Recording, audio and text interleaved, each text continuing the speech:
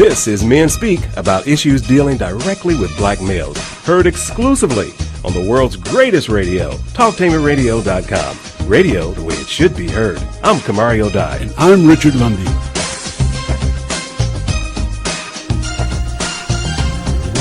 And this is radio the way it should be heard on TalkTamerRadio.com. I'm co-host Kamari Odia, along with my illustrious co-host, Mr. Richard Lundy. How you doing, sir? I'm doing great, good brother. How are you? Hey, man. What's up with this weather? It's spring, baby. It's spring. It was snowing like crazy today. Yeah, I saw it. Yes, and welcome to Men Speak. And as usual, we like to start our show with a poem. It's entitled Man to Man. Who will save our black boys when men refuse to be men? Who will help them to grow strong and search for answers within? Who will feed them the truth when lies have made them so full? Who will plant seeds in their gardens or supply them with the tools? Who will right their wrongs when hatred gets in the way? Who will walk them to the altar to kneel down and pray? Who will sing their praises when they succeed in life? Who will explain to them the value of having a wife? Who will hug and kiss them when shaking it off just won't do? Who has the courage to say simply, I love you?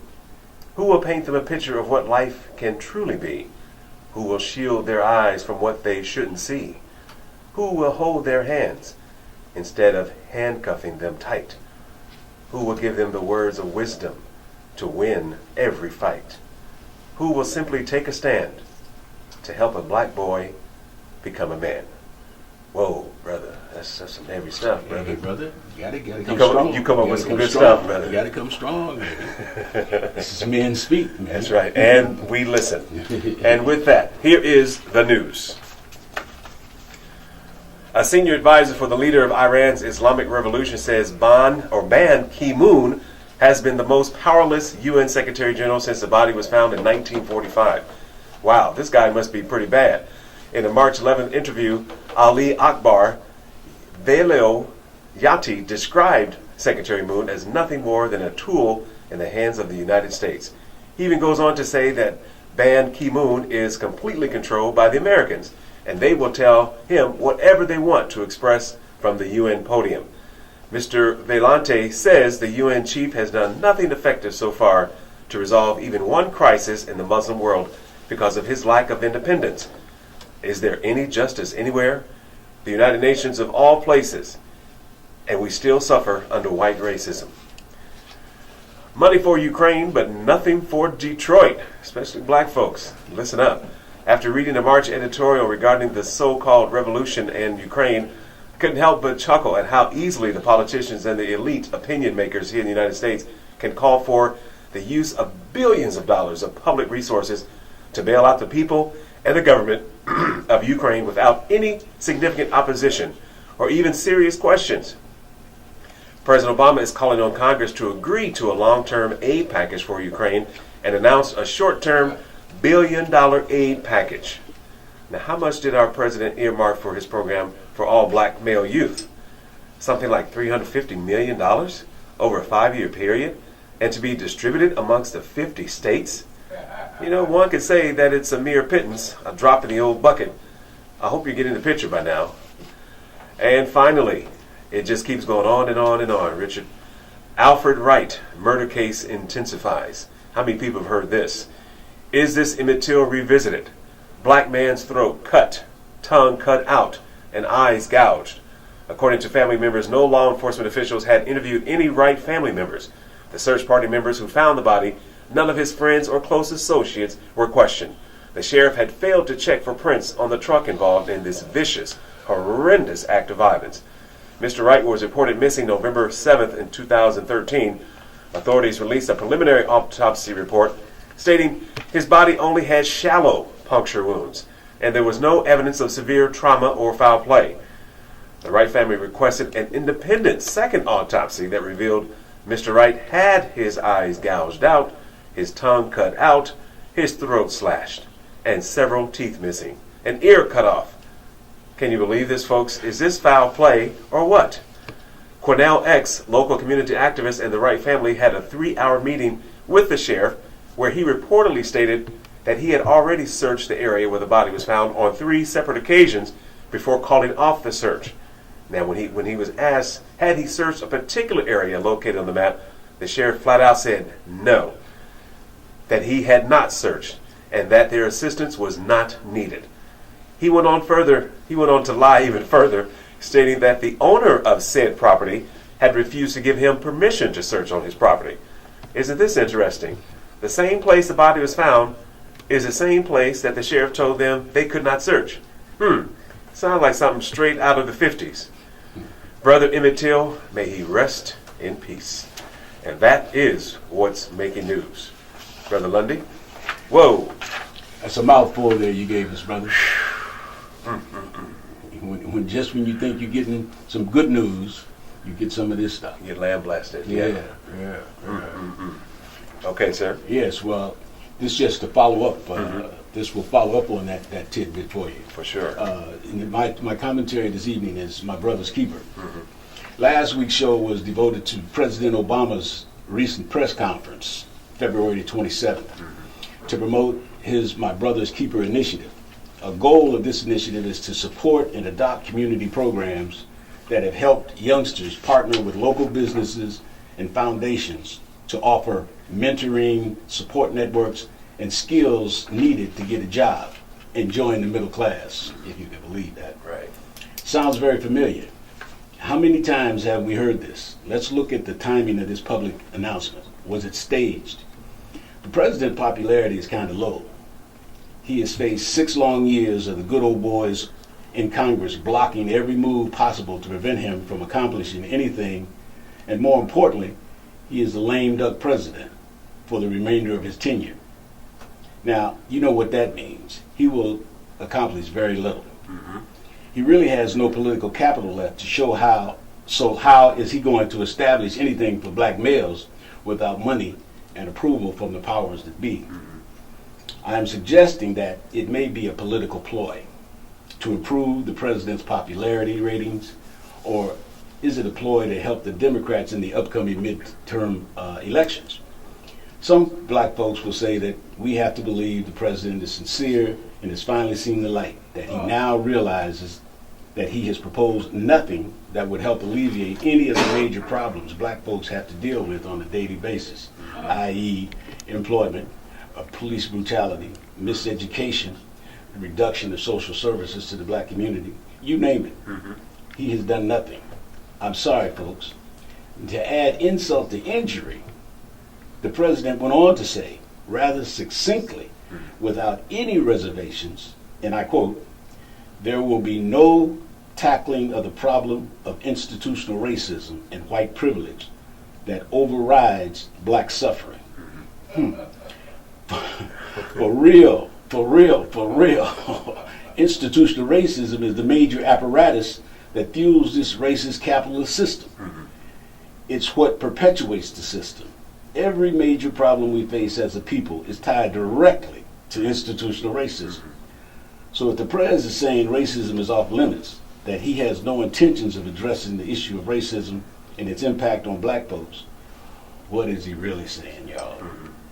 He goes on to say, and the criminal justice system is nowhere free of bias, and guaranteed a quality education for black males is also non-existent.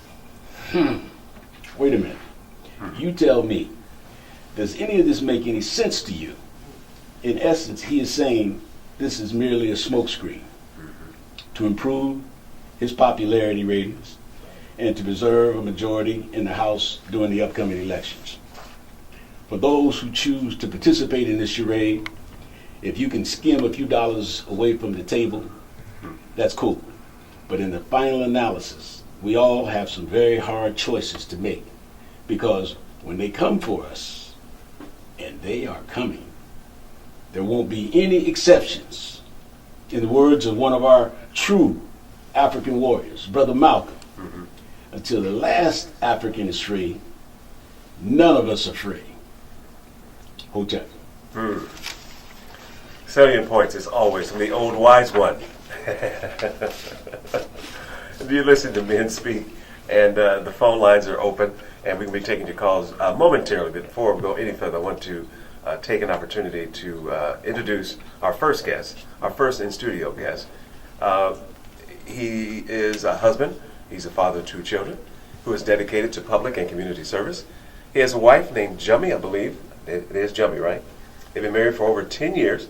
They've been residents of Delaware County, Ohio since 2006 and are very proud parents of a 6-year-old boy, Favor, and a 1-year-old girl named Lily. Yes. And without further ado, I'd like to welcome to the studio Men Speak, Emmanuel Olawale. Olawale. Thank you. Sorry for screwing up your name there. I didn't mean to do that. And he is running for a judge in Delaware County. Am I correct? Yes, thank you. And Judge, I can call you Judge. I'm giving you a lot of power here. Thank you. And a lot of wishful thinking. I know you're going to get what you need, sir.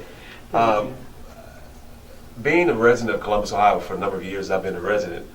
One of the things that I've always never had an opportunity to do was to actually speak to someone of your caliber who's running for judge or any kind of political office face to face.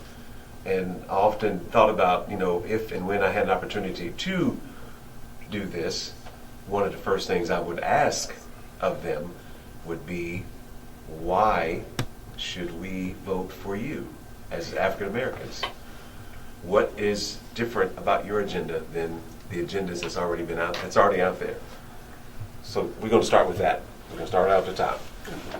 Thank you very much. You're welcome, sir. Yeah, of course I have to thank you for even having me on the program. Mm-hmm. The reason why people should vote for me is because I am bringing change and freshness to the Delaware bench. Mm-hmm. And apart from that, I have diversity of experience. Mm-hmm. I was born and raised in Nigeria. I came to the United States at the age of 20.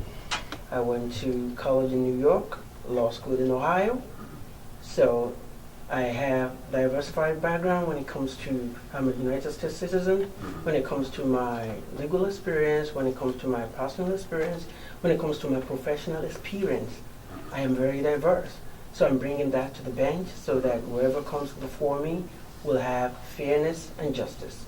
Because of that diversity of experience, I'm able to recognize and understand different cultures. So I'm not just coming to the bench with one life experience. Because I know what it means to be poor, I know what it means to have, I know what it means to be a minority, I know what it means to navigate the white culture, I know what it means to navigate the African culture, I know what it means to navigate the American culture. So I come to the table with diversity of experience, which will enable me to be fair and to disperse justice. That sounds like a very good question, good answer there, sir. I really appreciate that. I too, like Kamari, I guess from the sidelines, I look at the judgeships, when they run for offices, and I've often wondered about them in terms of accountability. I think at the federal level, I think the judges are kind of appointed, and then at the state level, they go through the election process.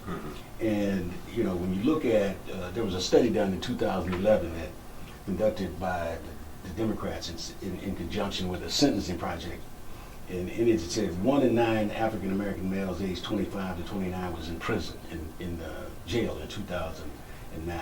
So I guess the question that I would want to ask is, what is your thought about structural racism?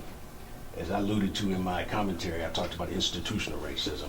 So it's in the same light. What is structural racism as it relates to African Americans in this country? Are you aware of it? Are you asking me in regards to a judge? As a judge or a guest?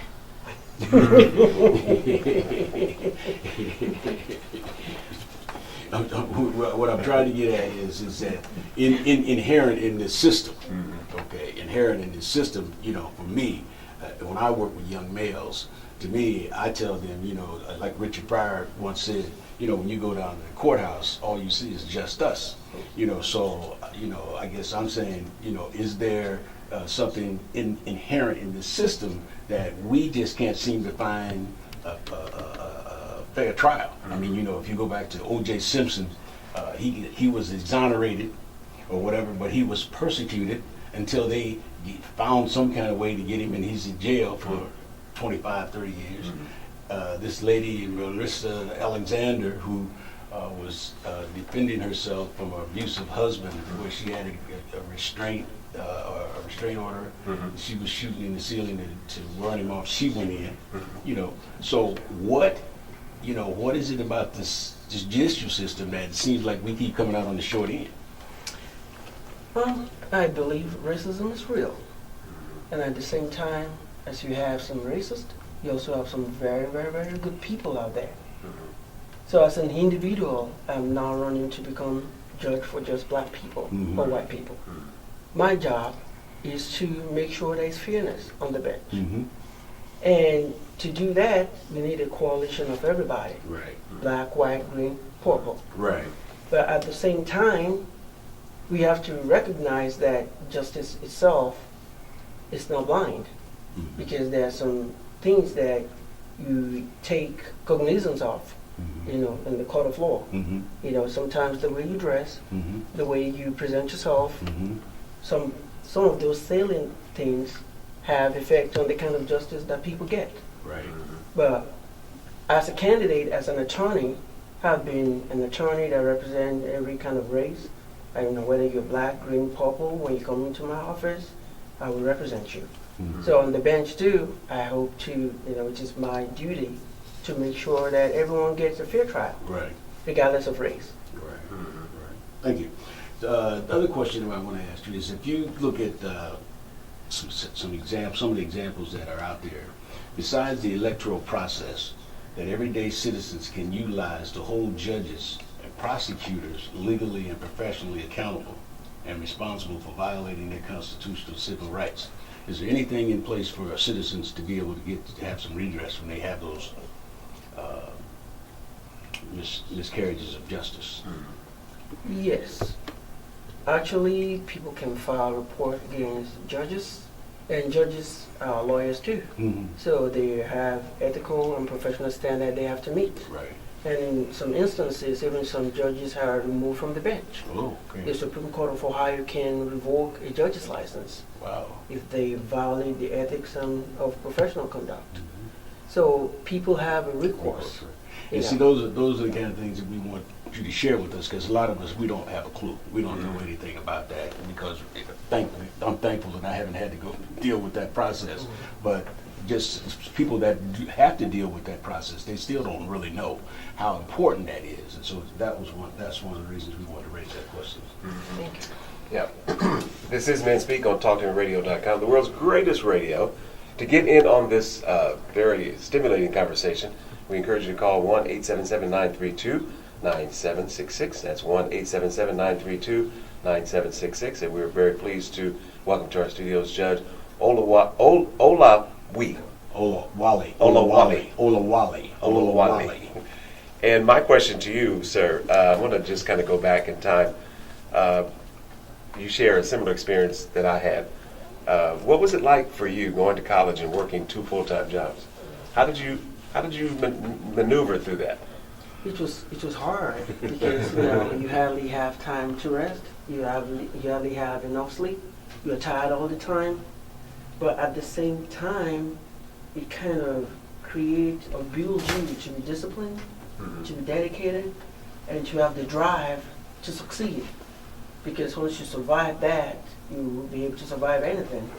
What you get out of it is more than, it's only for a time. At the time, I had no recourse but to keep working. Because without the 2 full-time jobs and going to school full-time, I wouldn't be here today. I wouldn't be who I am today. Even though what I see it as, you have to give up to go up. That was the sacrifice I had to make at the time. And now I don't have to. Now I can sleep 8 hours if I want to. Okay. Again, we're on the education piece. One of the things that, as I was reading your bio, there was a couple of things that struck out with me, and one of the questions I want to ask you is, how did you finance your education, and what kind of advice would you give to aspiring college students as far as it relates to how they should finance their education as relates to student loans? Hmm. What was your experience like with that? I was very blessed to go to school on scholarship Okay. and on grants, and I'm talking about my college, undergrad. So I didn't have any loan for my undergrad, but going to law school, I had to take up a loan, Right. even though I still had some scholarship too. Okay. So what I would tell folks who are planning on going to college is, try to find an affordable college, one that you can afford, that either grants or stipends or scholarship can cover. And if you can't find those, take out a student loan. Student loan is a very good investment. You can't lose on that. Oh, so you're saying you're encouraging them to get a student loan? Yeah. Why do you say that? Oh, because it's better than financing a car or credit card debt. Because the education you get, no one can ever take that from you.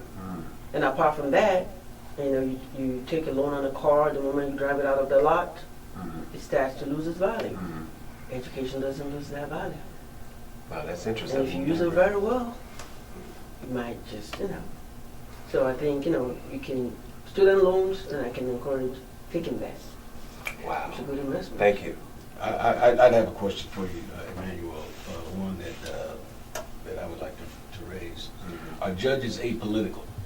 And how will you remain ethnically and professionally independent in an environment of rampant moral compromise and toxic special interests? I think everyone comes to the table with a background. I was raised with a Christian value, and I was raised in a place where I came from a culture where everyone accepts the neighbors as friends. You're like a brother's keeper. So with that value of living communally, and that value of that Christian value, it can influence the kind of decisions you make. So I'm coming to the table with the experience that I've had.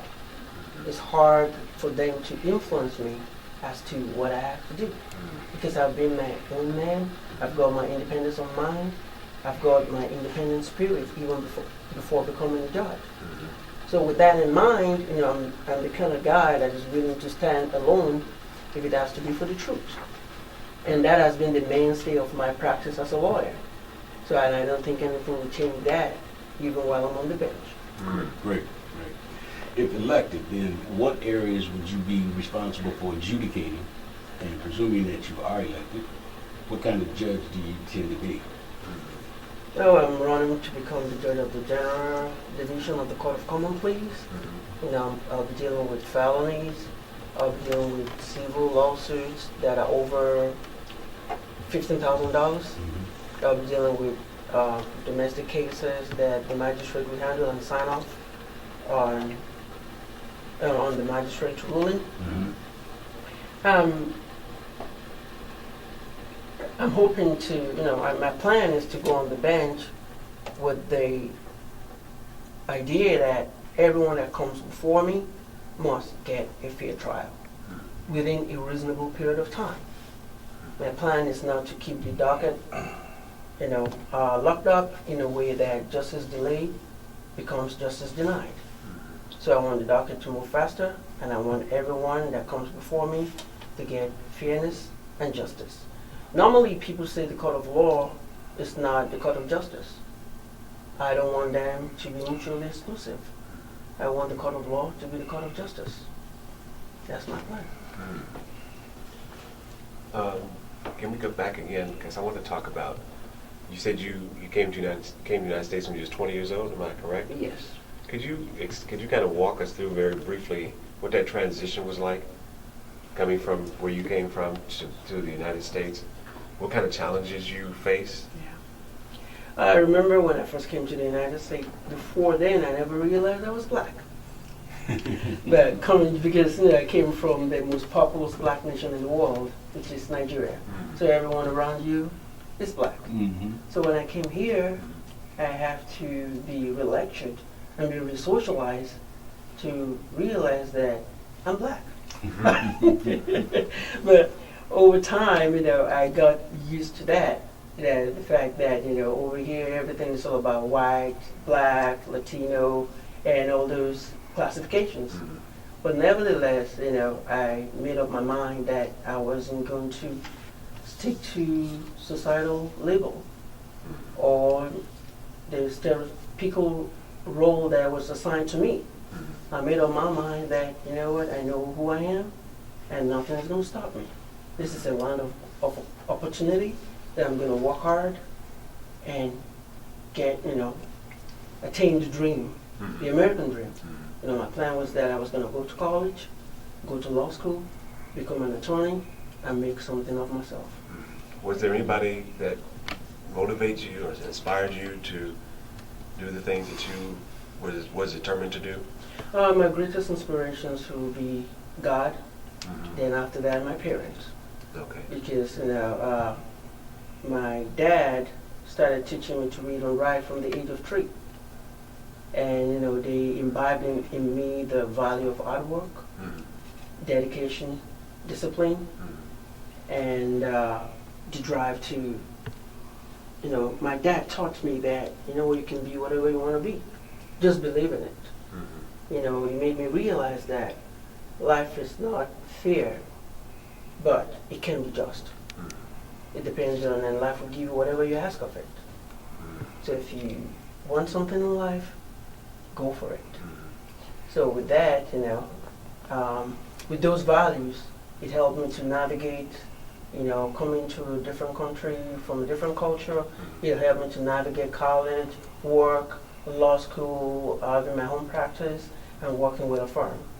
So those a foundational background. Good. Okay. Led me to where I am right now. All right. As we wind down, is there anything that you'd want to tell the electorate out there? Is the last message you would like to give the electorate out there about you and your judgeship? What I would tell the electors out there is that if you put me on the bench, you're putting a man out there who has values.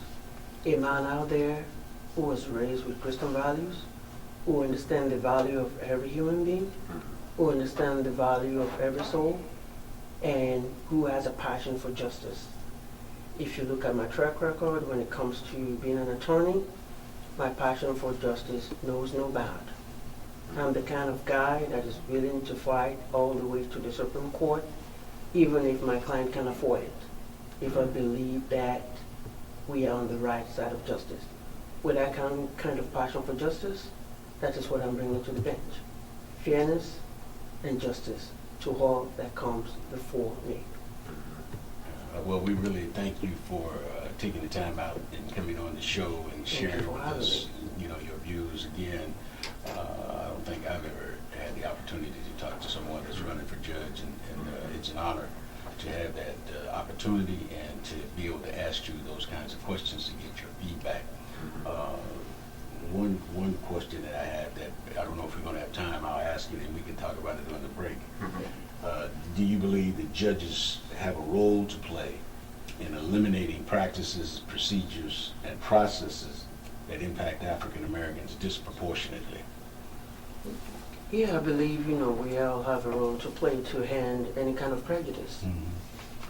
I believe we all have a role to play to make sure that everyone is treated fairly before the law. Because Lady Justice is supposed to be blind. And as human beings, even though we are not blind, we should endeavor to do that.